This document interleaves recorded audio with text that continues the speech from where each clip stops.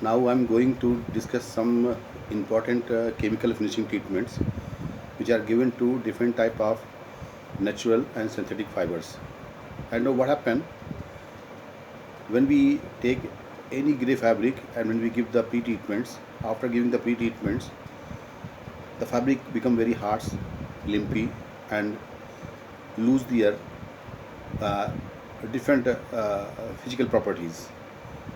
So what happened when we want to convert this fabric into garment form? It don't give a very good look, attractive feel, and touch, appearance, uh, any type of any functional finishing properties which are generally required right now with the different class of people. So what happened? The chemical finishing treatment is very important, and different type of chemical finishing treatments are given to different type of material and uh, uh, different type of fibers which are based on the natural or you can say synthetic fibers. So first, I'm coming to the cotton fiber. Right now, what happened?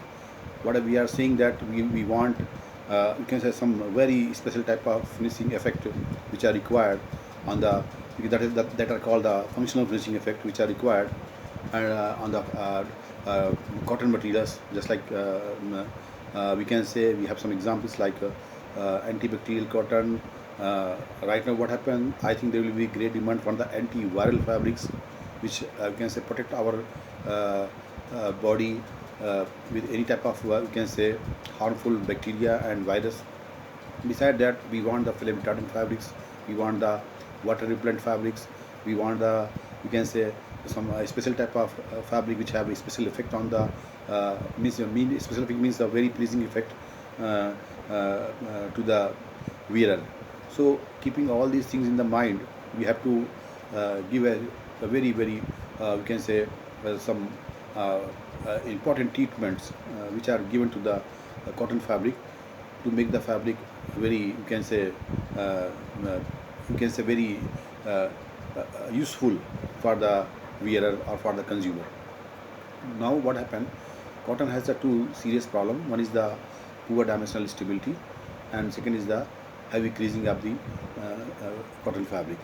So the poor dimensional stability of the cotton fabric is because of the very high swelling which fiber you can say generally because of the absorption of the moisture and water, the fiber you can see increases their diameter, and because of the swelling, what happened?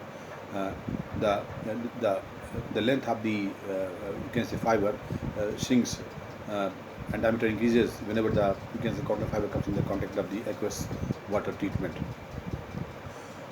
So, what happened?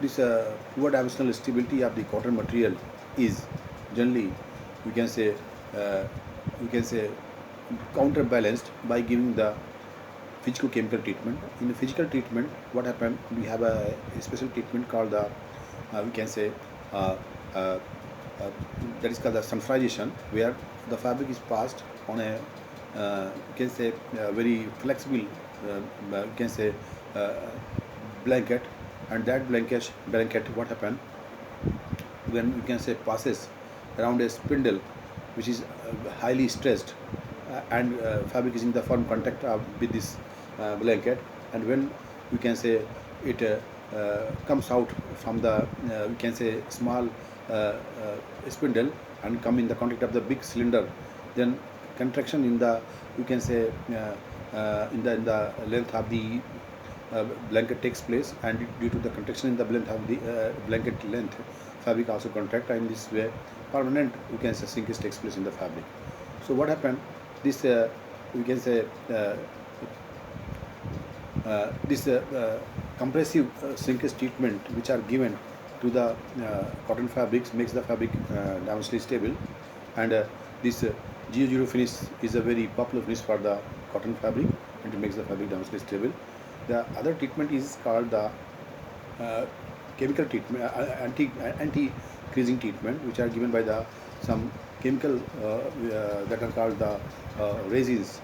They are the urea formaldehyde, the DMDHU, dimethyl dihydroxyethylene urea, and DMU, or you can say uh, Trizone, different type of anti-aging chemicals are available in the market. When they are given, when they are, or when they are applied to the cotton fabric, they make a bond with the hydroxyl groups and cross-link, and by cross-linking, they you can say reduce the number of free hydroxyl groups which are ready to you can say absorb the water molecules, and swelling you can say retarded. Second thing, what happened, these creases are formed because of the hydrogen bond between the adjacent hydroxyl groups, and that hydrogen bond forming tendency of the hydroxyl groups are reduces, and or you can say eliminated, and by you can say cross linking, and due to that reason what happened, cotton becomes you can say crease proof, and also it don't have the, or you can see it has the reduced tendency of the shrinkage. So by combining these two treatment, mean your sulfurization and resin treatment, we are making the fabric dimensionally stable. Second treatment, which is very important in the case of cotton, that if you are making the cotton for a particular use, the for example, you are making your cotton shirt, or you can say cotton material for the towel purpose. In the towel purpose, we have to make the towel antibacterial, because there is a chances of the growth of the bacteria, and you can say some fungus on the towel fabrics, which are made of the cotton, then that will be harmful to your health. So what happened, when we want to make a cotton fabric antibacterial, there are some certain treatments which are given, chemical treatments which are given to the cotton fabric to make the cotton fabric antibacterial, and they are generally you can say different type of metallic salts we have, which are used as a you can say antibacterial agent. And I have one very important I guess project work which is based on the application of cow urine on the cotton fabric, which makes the fabric completely antibacterial, and you can have their antibacterial property up to the 20 to 25 number of washes. So these antibacterial fabrics are you can say will have the very wide application in the future, because right now every people become very conscious about the you can say for the health hygiene. Second is the, if you want to make the cotton fabric more just like if you are making the cotton fabric using it as a shirt purpose. So what happened, our body you can say discharge sweat from different part of the body. So what happened, there are some portion of the body where the high sweating takes place, and there are a formation of the chances of the bacteria there. So this antibacterial cotton is very good, you can say useful for those you can say consumers which are having this type of problem, or having the bad smells from the body. So this finish is very important. Beside that, you have the flame retardant fabrics, which flame retardant fabrics are very useful in the army, in the you can say places where there is chances of the catching of the fire, in picture halls, theaters, in auditoriums, in restaurant. So what happened in the case of flame retardant fabric, we use you can say water soluble compounds of we can say your nitrogen, phosphorus, antimony. Nitrogen itself you can say natural, you can say fire extinguisher. So nitrogen compounds are used.